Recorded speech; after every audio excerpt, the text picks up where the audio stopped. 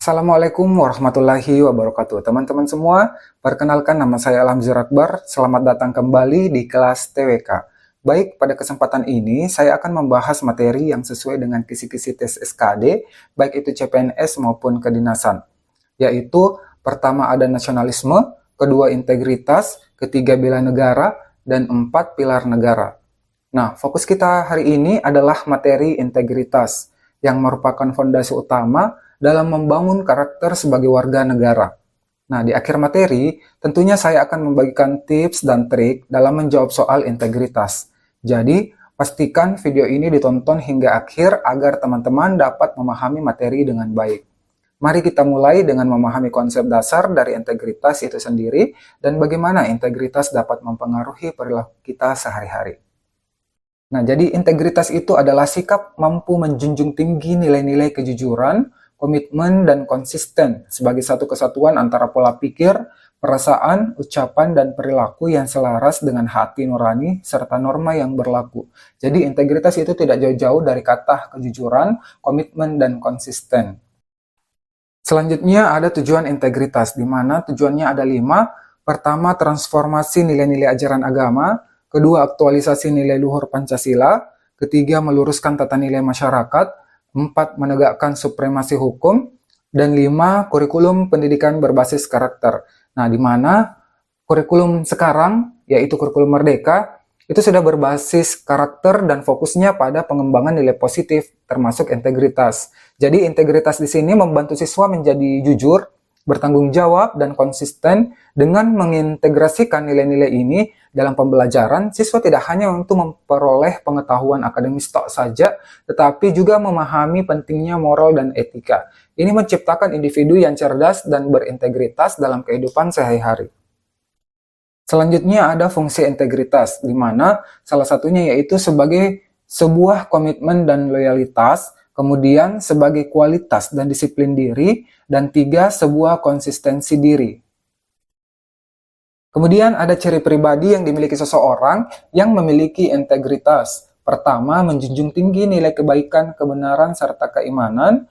Kemudian bersikap jujur, adil, kritis, dan positif. Mengutamakan kepentingan masyarakat daripada individu, dan saling menghargai dan toleransi, serta menyadari realitas bangsa yang multikultural, dan memahami bumi sebagai satu-satunya tempat hidup bersama, sehingga harus dijaga kelestariannya.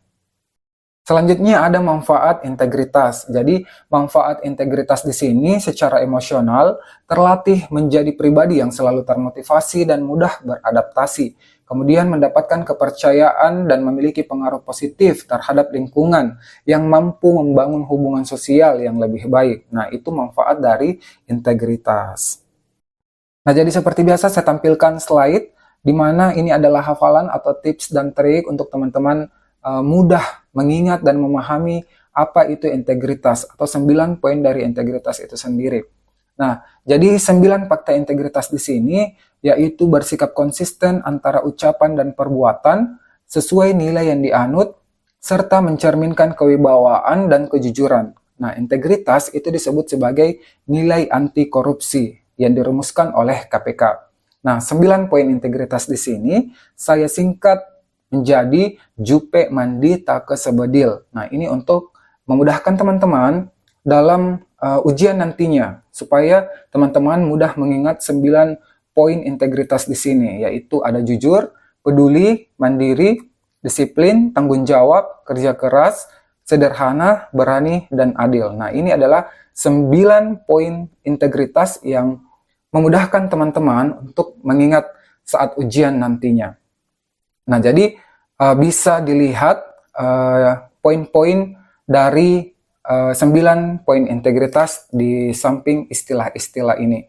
Nah, jika teman-teman sulit untuk mengingat 9 poin integritas di sini, saya berikan triknya lagi untuk memudahkan teman-teman dalam mengingat 9 poin integritas, di mana di slide ini saya tampilkan, saya bagi-bagi dari bagian inti itu saya singkat JUDITA, yaitu jujur, disiplin, tanggung jawab.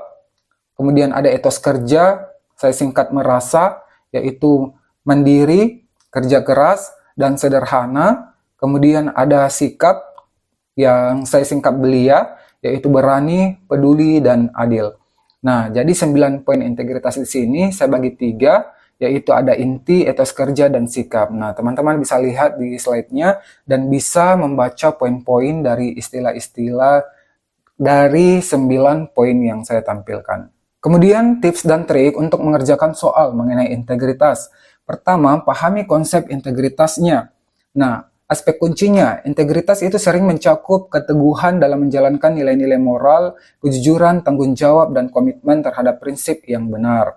Kemudian, identifikasi konteksnya. Jadi, bacalah dengan cermat konteks soal untuk memahami situasi di mana integritas itu diuji, apakah itu dalam konteks pekerjaan, kepemimpinan, atau tindakan individu. Kemudian ada konteks historis. Dalam beberapa soal, seperti yang berkaitan dengan tokoh sejarah atau peristiwa, pertimbangkan bagaimana tindakan individu tersebut mencerminkan integritas dalam konteks waktu dan situasi yang relevan. Nah, kemudian ketiga, analisis pilihan jawabannya. Contoh nyatanya, pilihlah jawaban yang mencerminkan contoh nyata dari tindakan atau perilaku yang menunjukkan integritas dalam praktik. Nah, seperti itu. Nah, selanjutnya saya membahas salah satu pembahasan soal supaya memudahkan teman-teman dalam menjawab soal integritas nantinya. Nah, contohnya, Artijo Alkostar adalah tokoh Indonesia selanjutnya yang dikenal dengan integritas tinggi. Ia merupakan pengacara dan hakim agung di Indonesia periode 2000 hingga 2018. Sepanjang karirnya, Artijo memiliki julukan Algojo Koruptor karena dirinya tak pernah gentar menangani kasus tersebut. Bahkan banyak pihak menyebutnya bahwa ia adalah pendekar hukum terbaik yang dimiliki Indonesia. Integritas Artijo sebagai seorang hakim terlihat dari keputusannya yang memberikan masa tahanan lama kepada para koruptor. Salah satunya Angelina Sondah dalam kasus korupsi Wisma Atlet. Semula, Angelina divonis 4 tahun penjara, namun Artijo menambahnya menjadi 12 tahun penjara. Nah, pertanyaan intinya, nilai sikap integritas yang dapat dicontoh dan diambil dari Artijo Alkostar adalah, nah kita lihat pertanyaan intinya di sini adalah sikap integritas yang dapat dicontoh dan diambil oleh Artijo Alkostar adalah, nah di sini Artijo Alkostar itu memiliki integritas tinggi, di mana dia juga mendapatkan julukan Algojo Koruptor karena menyebut bahwa ia adalah pendekar hukum terbaik yang dimiliki oleh Indonesia. Nah, kemudian dengan dari keputusannya yang memberikan masa tahanan lama kepada para koruptor, nah ini termasuk keberanian. Jadi sikap Artijo memberikan contoh nyata bagaimana integritas dapat diaplikasikan dalam profesi hukum untuk mendukung sistem peradilan yang adil dan efektif tanpa terpengaruh oleh pengaruh luar. Sehingga yang dapat kita contoh dari Artijo yaitu perilaku disiplin dengan taat pada hukum dan berani mengambil keputusan yang adil. Nah, jadi di sini jawabannya adalah B. Nah, karena dilihat dari opsi-opsi yang lain itu A, C, D, dan E itu ada kata tegas. Nah, memang Algojo Koruptor di sini atau Alkotasar itu memang tegas, tapi kata tegas ini tidak ada dalam poin 9 poin integritas. Jadi kata-kata tegas yang ada di setiap opsi itu kita eliminasi. Jadi jawaban yang benar itu adalah B. Mungkin seperti itu. Semoga teman-teman memahami pembelajaran kali ini. Dan terima kasih telah mengikuti kelas hari ini. Semoga pemahaman tentang integritas yang telah kita bahas dapat teman-teman pahami dan memudahkan menjawab post-test setelah ini, serta dalam mengerjakan tryout di akhir pembelajaran. Terima kasih dan sampai jumpa di pertemuan selanjutnya.